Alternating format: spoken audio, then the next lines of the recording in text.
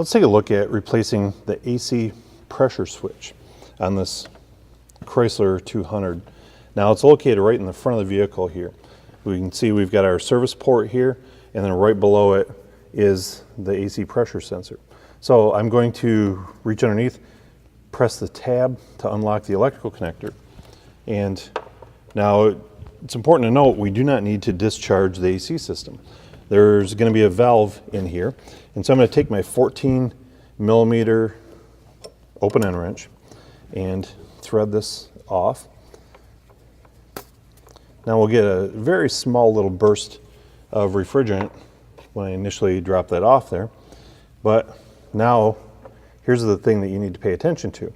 There was an O-ring previously on this, and the new sensor came with an O-ring as well. So we want to make sure that we don't double it up here.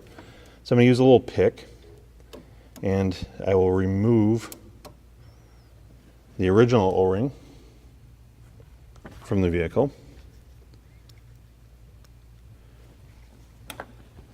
Now I'm going to gently roll on the new O-ring and rub a little refrigerant oil on it so it doesn't get pinched when I install my new switch.